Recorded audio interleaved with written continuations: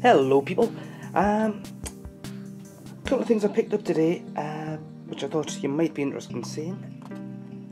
This Scientific Curiosities Science Museum thingy-majiggen. It's called the Impossible Balancer, a seemingly simple top that flips as it spins. Now I've actually seen this before on an episode of QI. This box is pretty basic, but this is basically a little device here that you see here.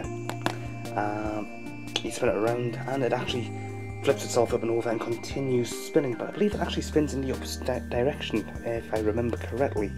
And from what we see on the right up here, this seemingly simple top has baffled physicists and mathematicians for generations. It won't stand on its stem, but when you start it up, the spinner flips over to do just that while also mysteriously changing direction. See if you can puzzle out the physics at work before turning to the Science Museum information sheet for the answer. Okay, so that, obviously there's a piece of paper in there that gives you the reason why. And then it gives you some more information. Highly polished, precision engineered, impossible to balance without the secret. That sounds ominous. We're going to give you something for you to mess around with.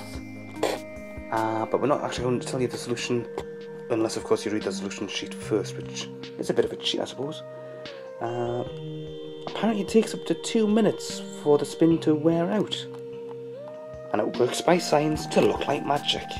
I think you might just owe Arthur C. Clarke some royalties for that line, methinks.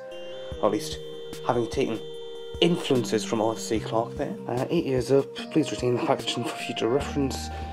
And of course, we all know that symbol by now. Let's just see. So, open it up. The box opens quite nicely. It's quite well contained in this little box, and there's the instructions.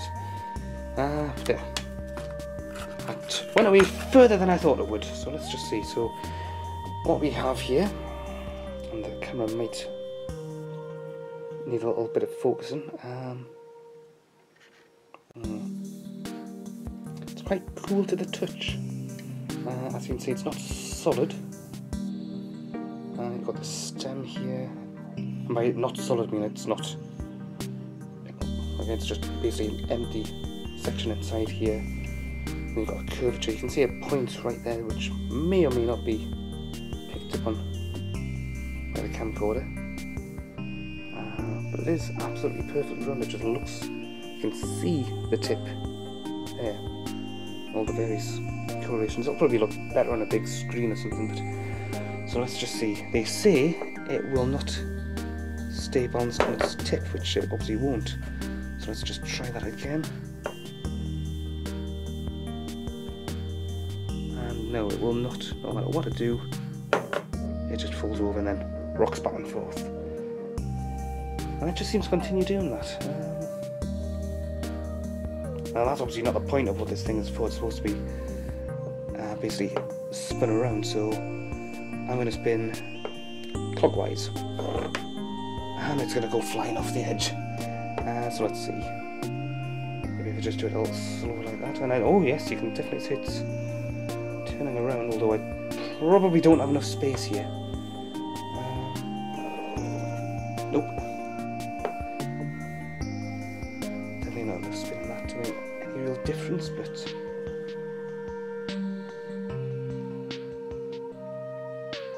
just see how it works. It's definitely spinning, it's still going. And it stops. Is this some sort of self-righting thing as well? Yes, it will. Okay, so if you leave it like that, it will eventually self-correct. You could probably make clocks out of this in some regard. So it's still going, still going, still going. The power of the force compels you to stop. Oh, well, yeah, it has stopped. It's leaning ever so slightly towards the camera, but that's probably because of the nature of what it's resting on. There is basically a ever so slight point there, so that's not going to really let it do anything else other than go slightly to one side.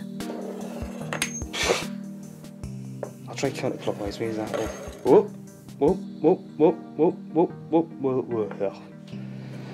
I may need to actually read the instructions on this. Or I may need a wider surface area, but pretty sure it's supposed to be doing what it's doing. Nope. One more try. Ah, okay.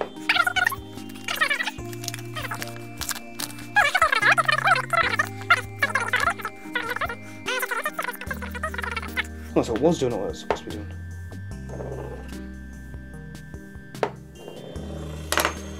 There we go.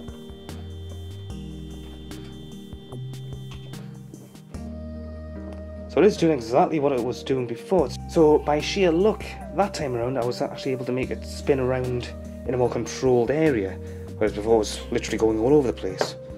One more try. So yeah. Yes. Hours of endless fun. The long winter evenings are just going to fly by. Maybe if I move this drawing board around and have it lengthways instead of widthways. Or maybe if I just position myself like that. Nope.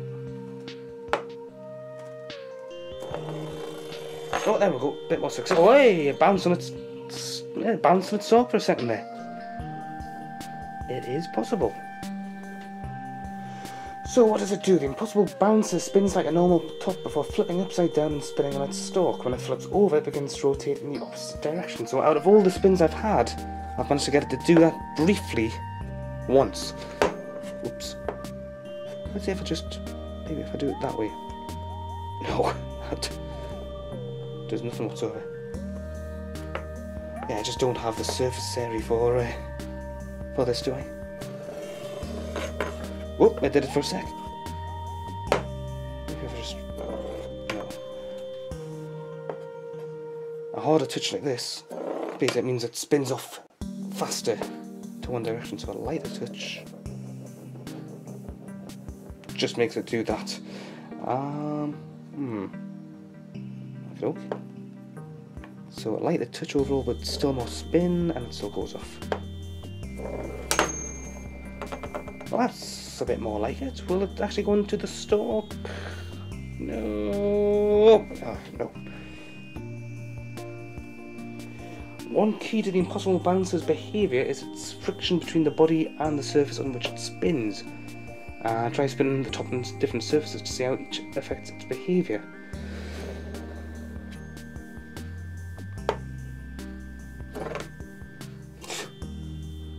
Well, as we can tell, carpet or rug-like surfaces like this just slows it down altogether because there's far too much friction. This is a slightly rough drawing board, for those of you wondering, so it's not perfectly smooth.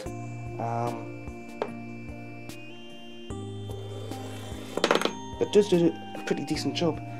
I wonder, I've got a magazine. What does that do? Smoother, glossier kind of feel to the material there. That seems to have had some sort of effect on it. Let's just see. One more try. Let's just spin around like a spinning top. You spin me right round, baby, right round, like a record player, round, round, round, round. My God, it's going round and round and round. Have I just cracked the secret of perpetual motion? I don't think so. Let's just see. Oh, there's a bit more information on the leaflet. Did you know the impossible bouncer has fascinated physicists and mathematicians for generations? First invented in the 19th century, but then reinvented in the 1950s. So they obviously forgot about it. The inverting top has been the subject of numerous scientific papers. To give you a sense of how complicated the story is, consider this quote from a recent paper. The only existing arguments about top inversion are based on analysis of stability of asymptotic solutions and the Lasalle type theorem. They do not explain the dynamics of inversion. And it's still going, but it's starting to show signs of slowing down. Physicist Niels Bohr, probably mangling that pronunciation there, who gave the world our model of the atom, was said to be fascinated by the impossible balance of behaviour, and that has actually now completely stopped. Okay, let's give this one more try. It's spat off ridiculously, so let's try it again. No, complete fail. Oh, there we go. That sort of semi-worked. Round and round and round it goes. Where it stops, nobody cares.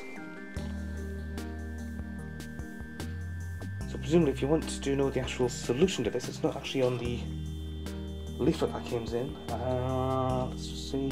Yeah, there's absolutely nothing that I've read so far that has actually explained how it works. But never mind.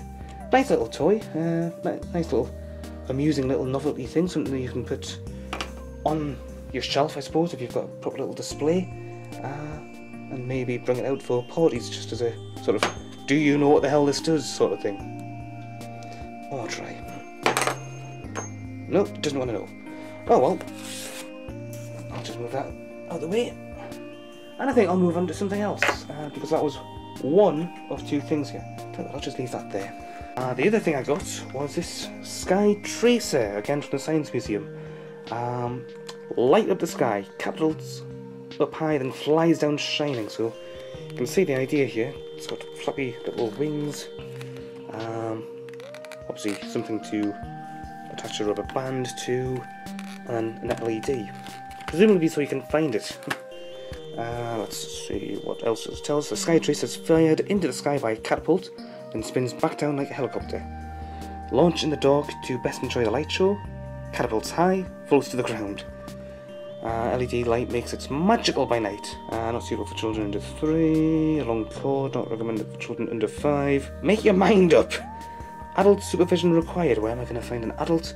For outdoor use only. Damn, I'm indoors.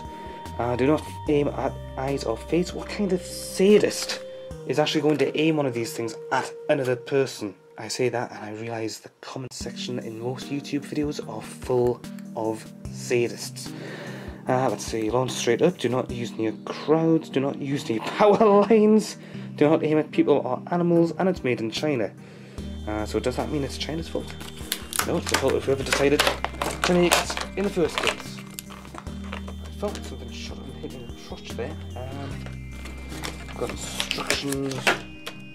Oh, it's a piece of plastic covering, so that means I can't re-wrap it and sell it on eBay as a item that people have seen used on an online demonstration. So let's see. National curriculum coverage. The Sky Tracer is a great way for children to experiment with forces in motion. A cornerstone of the national curriculum for science at key stages 1 and 2. For those of us outside the UK, that's just basically, you know, the British education system for you, or at least part of it, because that might be different in Scotland, because Scotland does have slightly different rules and regulations and laws and so on to the rest of the UK, and that was before the yes/no vote for independence a while back. A bit more about the Science Museum itself, and then the instructions. Let's just take a look at the actual thingamajig itself then. Let's see, it's nice bright yellow. This isn't papery, but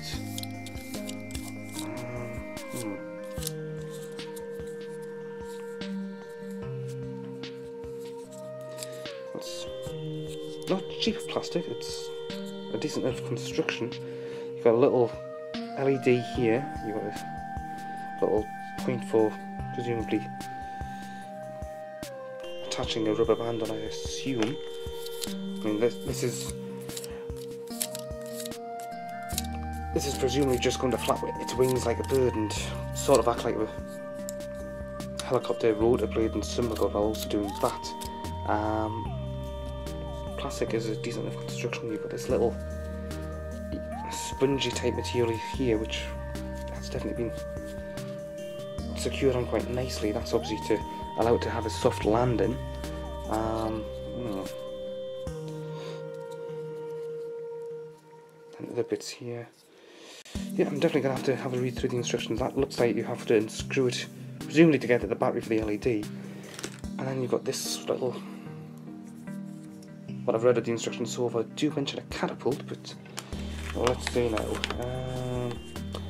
Do you know real helicopters use the very same principles as your Skytracer to make emergency landings? It's called auto-rotation. If the engine fails, the helicopter will not fall out of the sky because the rotor blades will auto-rotate. Rather than motor turning the blades to push air down, air rushing up as the helicopter descends rotates the blade instead. The energy of the falling helicopter is transferred into the rotation of the blade.